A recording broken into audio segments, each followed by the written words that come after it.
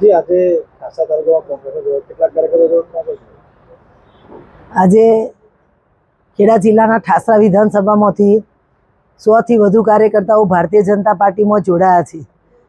ખેડા જિલ્લા કમલમ ખાતે મારી સાથે જિલ્લાના પ્રભારી માન્ય શ્રી રમેશભાઈ દેસાઈ, ઠાસરા વિધાનસભાના યુવા ધારાસભ્ય માન્ય શ્રી યોગેન્દ્રસિંહજી અને મારા મહામંત્રી સંગઠન સાથે ખેડા જિલ્લાના ઠાસરા વિધાનસભાના 100 જેટલા કાર્યકર્તાઓ કમલમ ખાતે ભારતીય જનતા પાર્ટીમાં જોડાયા હોય ત્યારે હું ચોક્કસ કહીશ કે કોંગ્રેસમાંથી પૂર્વ હોદ્દામાં જવાબદારીમાં રહી ચૂક્યા જિલ્લાના પણ અનુસૂચિત જાતિ મોરચાના પ્રમુખ, ઉપપ્રમુખ, તાલુકામાં પણ વિવિધ મોરચાની જવાબદારીઓ સંભાળતા અને કોંગ્રેસની જવાબદાર કાર્યકર્તા તરીકે આજે ભારતીય જનતા પાર્ટીમાં જોડાણ થઈ રહ્યું હોય ત્યારે એમની સાથે ખેડા જિલ્લાના ઠાસરા વિધાનસભાના તમામ ગામમાંથી ને તમામ બૂથમાંથી કામ કરતા બૂથના જવાબદાર કાર્યકર્તાઓ પણ એમની ટીમ સાથે જ્યારે આજે ભારતીય જનતા પાર્ટીમાં જોડાયા હોય ત્યારે અમે બધા જ સંગઠન સાથે એમને ભારતીય જનતા પાર્ટીમાં વિધિવત રીતે જોડાણ કર્યું અને એમને આવકાર્યા છે.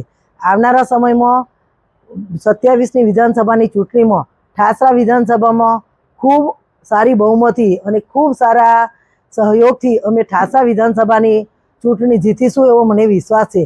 કેમ કે ઠાસરા વિધાનસભાની સીટ અમારા યુવા ધારાસભ્યના નેતૃત્વમાં ખૂબ સારી રીતે ત્યાં ભારતીય જનતા પાર્ટીનો વ્યાપ પણ વધ્યો છે અને જે કંઈ નાનું મોટું કોંગ્રેસના જવાબદાર હોદ્દેદારો હતા એ બધા જ આજે કોંગ્રેસ પાર્ટી છોડીને ભારતીય જનતા પાર્ટીમાં ઉત્સાહ સાથે જોડાયા હોય ત્યારે મને વિશ્વાસ છે કે આવનારા વિધાનસભામાં ઠાસરા વિધાનસભામાં ખૂબ સારી બહુમતીથી અમારી વિધાનસભા જીતીશું.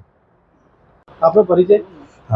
મારું નામ નીતિરાજસિંહ પ્રવીણસિંહ રાઠોડ છે ને ઠાસરા વિધાનસભા 119ના મત વિસ્તારના અમે કોંગ્રેસના જૂના કાર્યકરો હતા, જે આજે ભારતીય જનતા પાર્ટીની વિકાસની નીતિને જોઈ અને એનાથી પ્રેરણા લઈ અને અમે બધા જ યુવાનો બહોળી સંખ્યામાં ભારતીય જનતા પાર્ટીનો આજે અમે કેસ ધારણ કર્યો છે.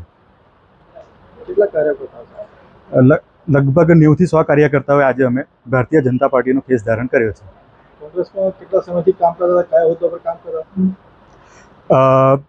પહેલાં 2017ની અંદર એઆઈસીસીની અંદર ઉપપ્રમુખની જવાબદારી નિભાવી ચૂક્યો છું અને ગઈ પંચવર્ષની અંદર એક પૂર્વ તાલુકા પંચાયત સદસ્ય તરીકેની પણ કામગીરી મેં કરેલી છે કોંગ્રેસ પાર્ટી.